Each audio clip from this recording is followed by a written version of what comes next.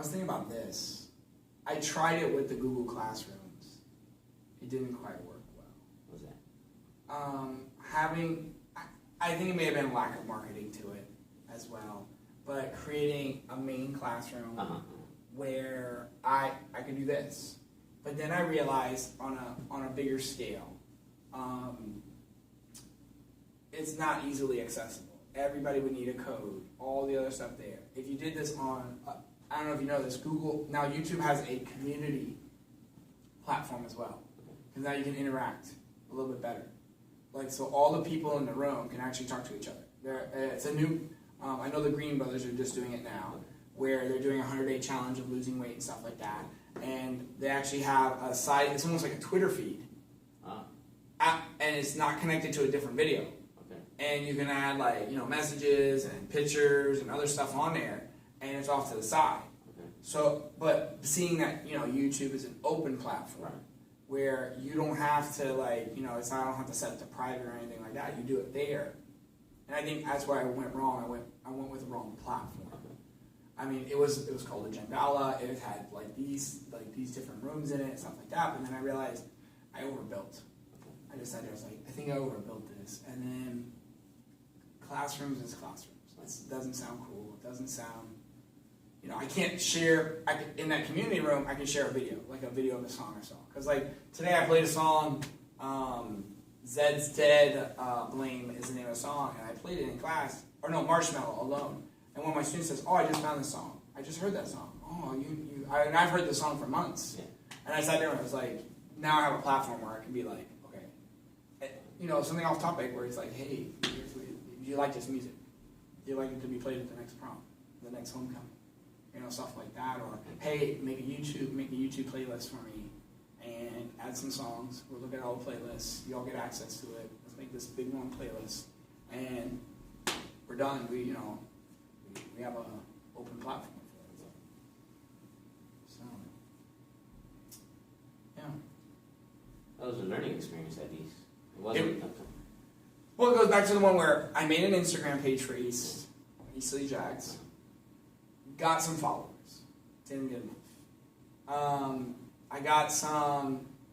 I did a Twitter, kind of works, kind of doesn't. Kids don't really use Twitter. I wasn't going into Snapchat after watching those 2 failures.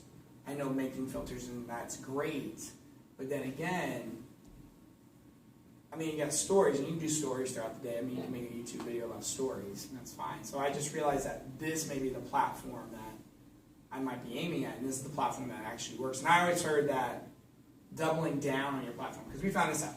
So I've done these votes several times. I only get about, the most is 25% of the building actually participates. Now, it's not that hard with Chromebooks nowadays. It's and I do find it a little bit more effective than giving a kid a bunch of pieces of paper that don't care. That means I have already quantified that 75% of the building doesn't care. I can quantify it.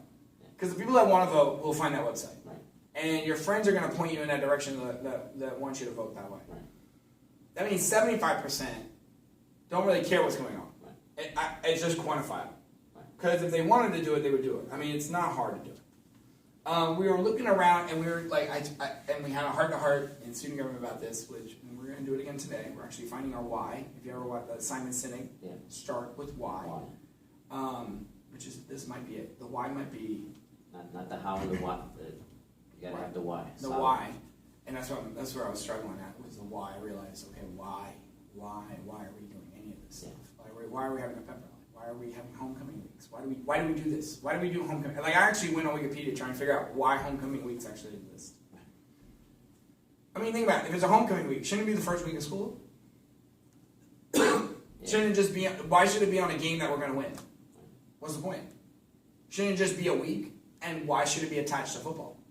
I'm not to throw. No, yeah, absolutely. I can see Valerie getting mad at me right now, or Coach Smith. All of a sudden, was part of the door.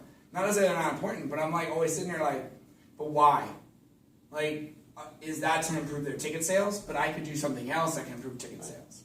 Am I doing this week to improve morale? If that's true, why do we only do it now? Why don't we also do it out at another part of the year? We do it twice, and we make it more of a bigger celebration. So like, what are we celebrating? It goes back to the why again. You know, like when people tell me, oh, I'm going to change this up, like we're going to try to change up pep rally, and then it said, you get down to the purpose, and why are we doing the pep rally at all?